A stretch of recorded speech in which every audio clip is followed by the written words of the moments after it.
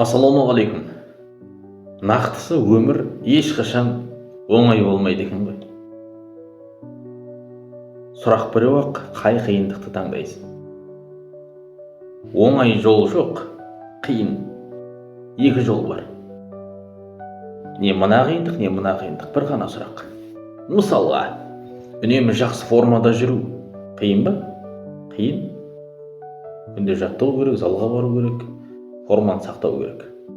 Ал енді артық салмақта жүру ырсылдап, ол одан да қиын. Қайсы қиындықты таңдайсың?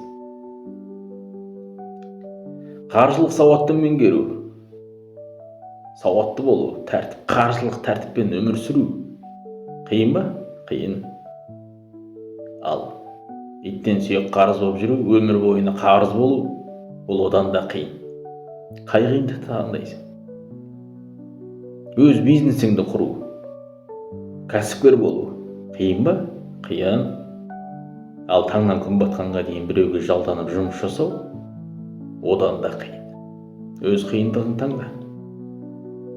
Бар сеніммен Аллаға тәуекел етіп құлшылық жасау, 5 уақыт намазда жүру, шынайы мұсылман болу қиын ба? Қиын. Көп адам мойынсұнбай жүр. Ал енді құдайсыз болу, құдайсыз өмір сүру одан да қиын. Өмір ешқашан жеңіл болмайды. Қай жолды таңдасаң да қиын, бірақ ол әрдайым күшті, төзімді, шешімді талап етеді.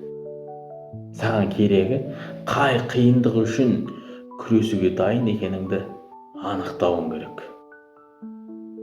Ақылмен әрине.